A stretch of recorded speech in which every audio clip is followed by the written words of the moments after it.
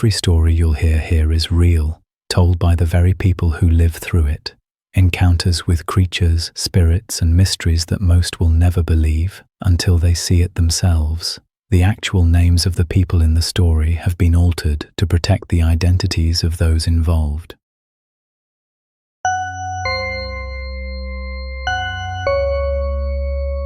This story is about a 17-year-old Luisito who spent his summer mostly alone. His brother Vincent worked long hospital shifts, while Belinda, Vincent's wife, spent her days at the office. Their small house was always quiet, and the stillness pressed down on him each day. Luisito often woke close to noon. He would drag himself out of bed, the air heavy with the faint smell of last night's food. Chores kept him busy, but the silence of the house never went away. Luisito does chores in the house, cleaning, sweeping the floor, and wiping furniture. Every creak of the floorboards seemed louder when he was alone. The ticking clock in the living room sometimes made him uneasy. He told himself it was just because the house was too quiet. One humid afternoon, Luisito decided to use the comfort room.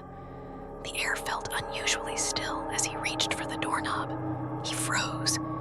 Inside, on the toilet bowl, sat a girl. Her long black hair hung forward, covering her face, and she wore a loose white dress. Startled and embarrassed, Luisito stammered, "I'm sorry. I thought you were at work, Belinda." He backed away quickly, his face warm with confusion. But then it struck him.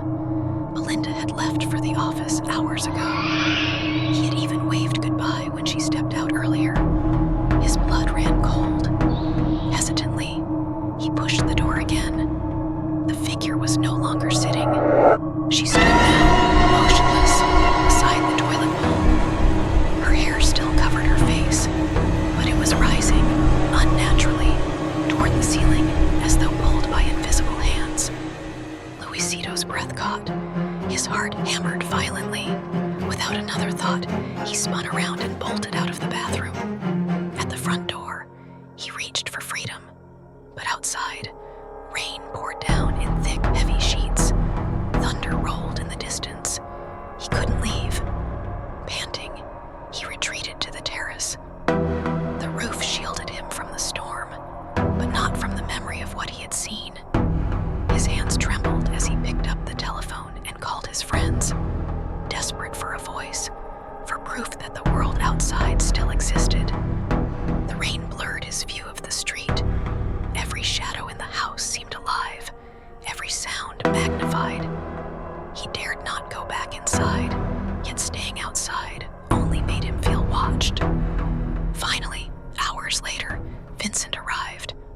Luisito ran to him, speaking in a rushed, panicked voice about the girl.